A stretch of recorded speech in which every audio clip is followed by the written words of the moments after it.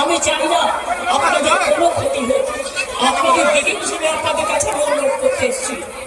আমি মুখ্যমন্ত্রী নই, মুখ্যমন্ত্রী হিসেবে বলতে আসিনি, আমি আপনাদের দিদি হিসেবে বলতে এসেছি, যাতে আপনারা না ভাবেন হ্যাঁ আপনি চিকিৎসা সঙ্গে আছেন।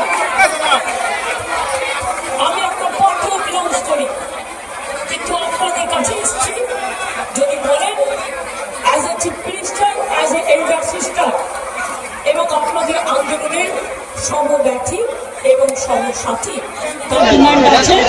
আপনারা আমাকে বলেছেন যদি সত্যি কেউ দোষী হয় দোষীরা শাস্তি পাবে, দোষীরা কেউ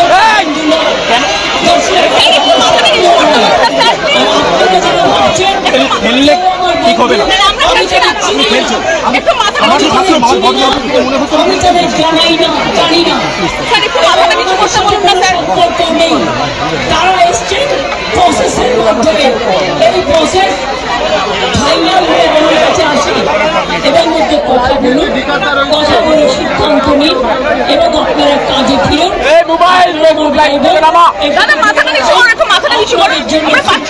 আমি কোনো অ্যাকশন নেব, পুলিশ নই, ওরা এসপি জারি করেছিল, ওরা 6 মাস মনে রাখবেন স্ট্রাইক র্যালি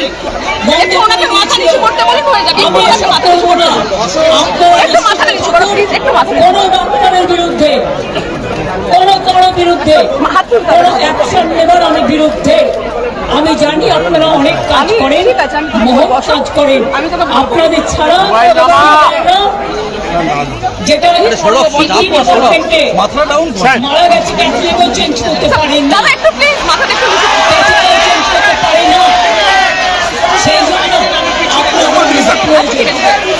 আমি আপনাদের বলবো আপনারা ভেবে চিন্তে সিদ্ধান্ত নিন। আর যদি আপনারা আমাকে বিশ্বাস করেন, আমি যখন আপনাদের ধর্ম নিয়েছি আসতে পেরেছি, আপনাদের একজন তখন মনে রাখবেন যে আমি আপনাদের